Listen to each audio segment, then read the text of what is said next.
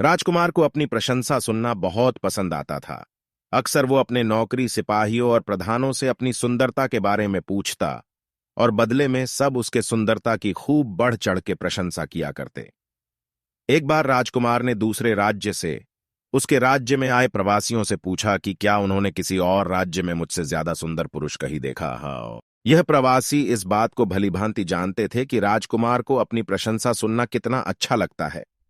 हालांकि राजकुमार सच में देखने में सुंदर थे, लेकिन इन प्रवासियों ने उन्हें खुश करने के लिए उनकी कुछ ज्यादा ही प्रशंसा कर दी। प्रवासियों ने कहा कि उन्होंने अपने राज्य में तो क्या किसी भी राज्य में उनके जितना ज्यादा सुंदर पुरुष कभी नहीं देखा। वह तो यहां तक कह गए कि शायद वह भगवान जितने सुंदर है। राजकुमार अपनी इतनी ज्यादा प्रशंसा सुनकर खुश हो गया और अब वो हर प्रवासी से अपनी तारीफ सुनना चाहता था।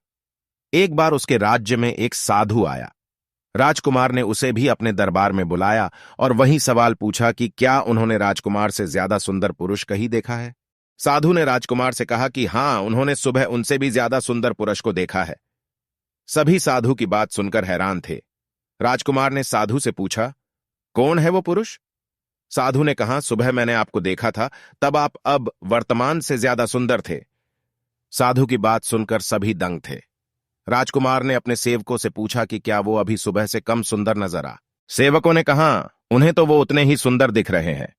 राजकुमार ने साधु से पूछा, जब सभी को कोई फर्क नजर नहीं आ रहा तो भला आप ऐसा क्यों कह रहे हैं? साधु ने राजकुमार से कहा कि ये सब आपकी नौकरी करते हैं, इसलिए इन्हें आप में कोई कमी नहीं दिखेगी और मैं ये साबित कर सकता हूं।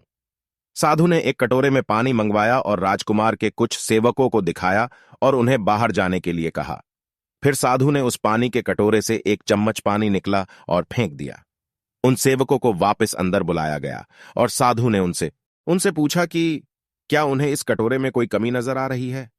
सभी सेवकों ने ठीक से निरीक्षण किया और बोले कि उन्हें उस कटोरे में कोई कमी नजर नहीं आ रही। इस प्रयोग ने राजकुमार की आंखें खोल दी।